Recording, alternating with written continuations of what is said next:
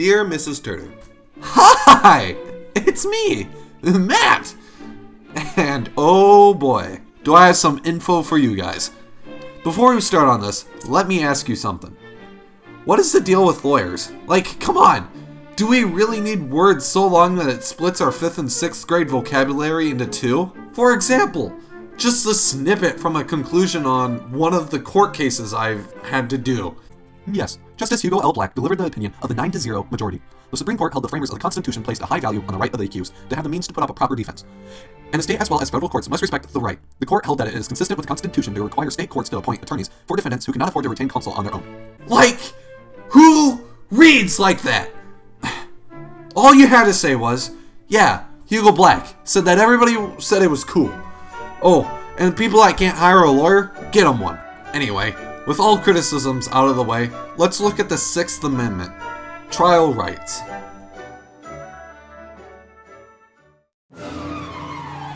Well, what is the 6th Amendment?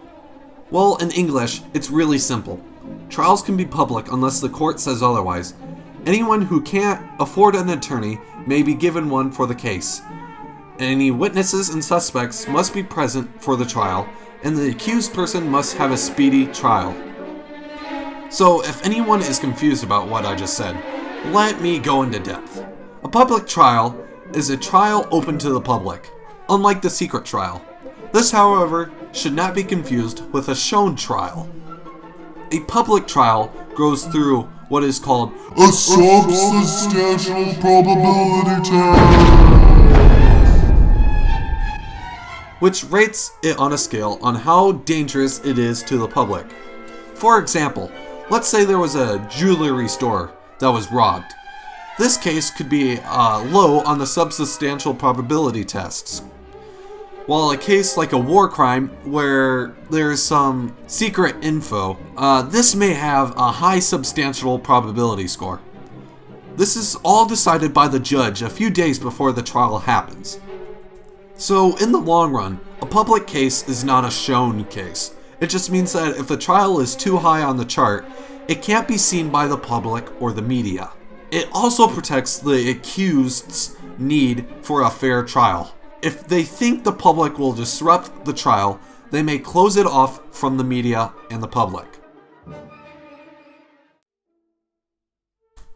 The second thing on our list says that if an accuser or an accused don't have the means to pay for a lawyer, the government must give them one.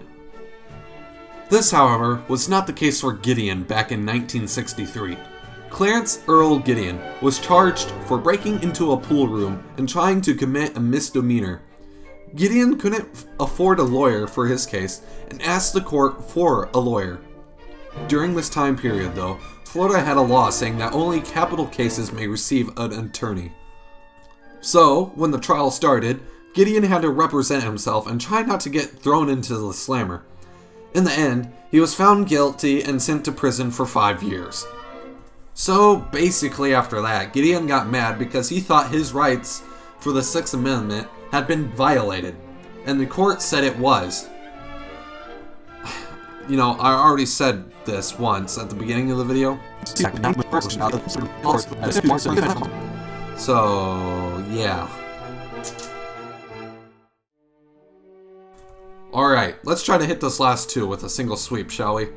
All suspects and witnesses must be present to be called upon to be questioned for the trial. I mean, yeah, right? It really can't be that easy, can it?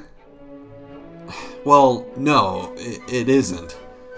You see, this was just recently judged upon by the Supreme Court.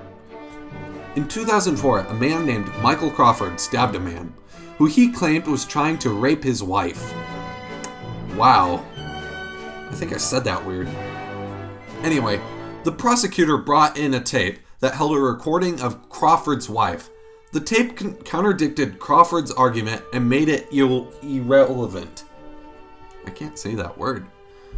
But since it was pre-recorded, Crawford's lawyers couldn't cross-examine it, meaning they couldn't ask questions about it.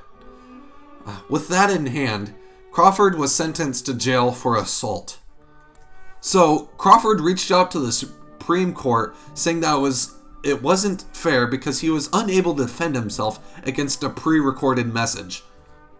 The Supreme Court went into debate and came out with a 9-0 conclusion saying, yes, the testimony was indeed a violation on the Sixth Amendment. Finally, but not least, the speedy trial. This is an easy one, so hold on. So a speedy trial doesn't mean that the trial only takes a day to complete. A speedy trial is a trial that is set right after a case is developed and the suspect is caught. What I'm trying to say is that you can't hold Old Man Jenkins for more than 6 months in a jail cell, just so you can have his trial. I mean, come on! We all saw who it was! They pulled the mask off and everything! No, but seriously, it's really that simple. You just get caught and thrown into jail, wait 4 to 5 business days, and BAM! You've been delivered into a trial. Anyway guys, I hope this helped you understand the Sixth Amendment. And I don't think I'll be doing another one of these anytime soon. Anyway, it's been me, Matt out.